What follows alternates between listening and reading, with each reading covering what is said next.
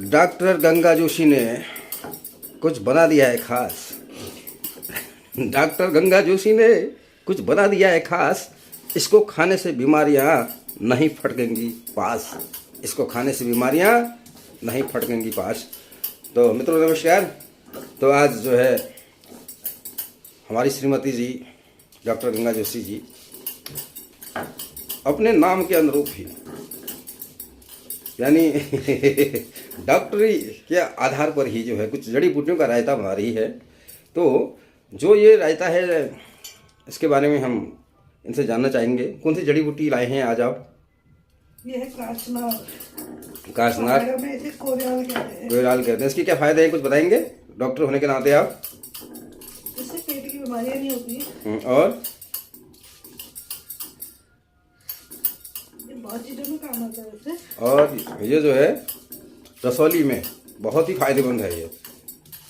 तो ये जो कोयराल हमें यहाँ तक पहुँचा है, ये हमें जब पिछले साल हम होली में घर गए थे तो वहाँ पे हमारे परम पूजनीय चाचा जी श्री शास्त्री जी ने, जो कि एक बहुत शानदार कथावाचक हैं, भागवताचारी हैं, ज्योतिषाचारी हैं और व्याकरणाचारी हैं, भागवताचारी कर्मकांडाचारी हैं। तो बहुत शानदार जो है वो एक वहाँ पर किसानी भी करते हैं, खेती भी करते हैं और उनको काफ़ी जो है इन सब जड़ी बूटियों का नॉलेज भी है कि कौन सी जड़ी बूटी का अचार बनता है, किसका जो है साग बनता है, सब्जी बनती है, किसका अचार बनता है। तो कोयराल की अगर हम बात करें तो ये जो है इसका जो अंग्रेजी नाम है माउंटेन एबोनी भी इसको कहा जाता है और बटरफ्लाई ऐश भी इसको कहा जाता है, कैमल्स फूड भी इसको कहा जाता है। और ये पहाड़ी क्षेत्रों में बहुतायत होता है, बहुत ज़्यादा पाया जाता है। और वहाँ के लोग इसका जो है एक तो गायों को इसकी पत्तियों को खिलाते हैं और दूसरा इसका अचार भी बनता है। या पिछले साल आपने अभी बनाया था कुछ दिन पहले अचार ना, आपने इसका अचार भी बनाया था। इसका रायता बनता है, इसकी सब्जी बनती है और इसके फूलों का गुलकंद भी बनता है। और इसकी छाल का जो है आयुर्वेदिक दवाइयों में वैद्य की लोग हकीमी चिकित्सा में इसका बहुत अच्छा मतलब काम उपयोग करते हैं, क्योंकि ये 100 रोगों की एक दवा है। तो हमें ये जो है हमारे परम पूजनीय चाचा जी श्री शास्त्री जी ने दिया था। तो आज श्रीमती जी बना रही हैं इसका रायता। तो बनाने का अभी हम इनसे पूछेंगे। और इसका जो बॉटनिकल नेम है वो वाइनिया वेरिगोटा या फिर वाइनिया परप्यूरिया नाम है। और होम्योपैथिक दवाई में भी ये काम आता है। तो हम ये पीस दिया है इन्होंने, हम जानना चाहेंगे। और इसके जो फ़ायदे हैं वो जो है न्यूप्लास्टिक डिजीज़ में जो है कई जैसे जो गांठें हो जाती हैं, रसौली, अर्बुद, गुल्म या ट्यूमर जिनको कहा जाता है, उस पर ये बहुत ही जोरदार काम करता है। पेट की बीमारियों को दूर करता है, बवासीर, फिशर, भगंदर और कब्ज नहीं होने देता। गुदा रोगों में बहुत ही लाभकारी है। पेट रोग नहीं होते, हृदय रोग नहीं होते। ये घावों को सुखाता है, पेशाब के जितने भी रोग हैं उनका नाश करता है, मुंह के छालों में ये काम करता है और अनेक बीमारियों की यानी अगर मैं कहूँ 100 बीमारियों की ये एक दवा है। तो कोई अच्छी उक्ति नहीं होगी क्योंकि ये बहुत ही फायदेमंद है। और ये जो है पहाड़ी क्षेत्रों में या ये कहें कि पूरे भारतवर्ष में ये पाया जाता है, उच्च हिमालयी क्षेत्रों में। इससे दवाइयाँ बनती हैं, हकीमी दवाइयाँ बनती हैं, यूनानी बनती हैं, सिद्धा बनती हैं, होम्योपैथिक, आयुर्वेदिक और तिब्बती जितनी भी मतलब रोगों को दूर करने वाली दवाइयाँ हैं तो इससे बनती हैं। काशनार गुग्गुल भी इससे बनता है।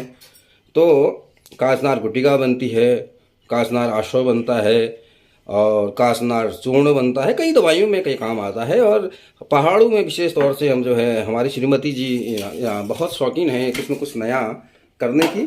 तो इन्होंने कहा क्यों ना जो है आज जो है ये बनाया जाए। ये पेट में अगर जैसे आपका किसी दस्त नहीं हो रहा है वो नहीं खाओ, मतलब जिसको कहते हैं क्या, खूनी आंव यानी एमीबाइसिस, क्रोनिक एमीबाइसिस हो जाती है या उसमें जो है पेट में दस्त होते हैं खून के, या IBS इरिटेबल बाउल सिंड्रोम हो जाता है।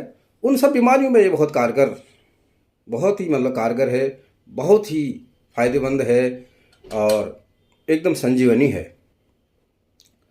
तो उसको दूर करता है, पेट की बीमारियों को दूर करता है, अल्सरेटिव कोलाइटिस को दूर करता है। कि पेट के रोगों में तो बहुत ही मतलब रामबाण है।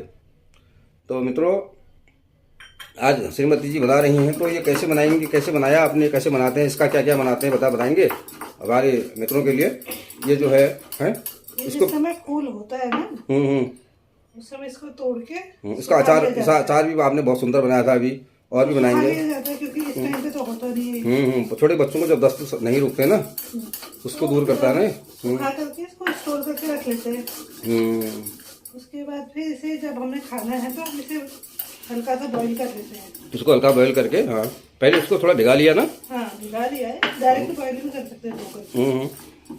उसके बाद फिर इसको वैसे मिक्सी में पीस सकते हैं, लेकिन सिलबट्टे का स्वाद ज्यादा। जी मिक्सी का बिल्कुल बिल्कुल सही बात कही। सिलबट्टे का स्वाद ही कुछ और है। ये सिलबट्टा रखा है और इसका स्वाद ही कुछ अजीब, मतलब बेहतरीन स्वाद से परिपूर्ण होता है। सिलबट्टे में इसका स्वाद तो क्या कहने, अम्बी जड़ी बूटी भी इसमें पीसने से जो है इसका जो गुण भी और पत्थर का गुण भी बढ़ जाता है, तो कई मतलब बीमारी में कारगर है, पेट साफ होगा। तो और सिलबट्टे में इसको पीस लिया।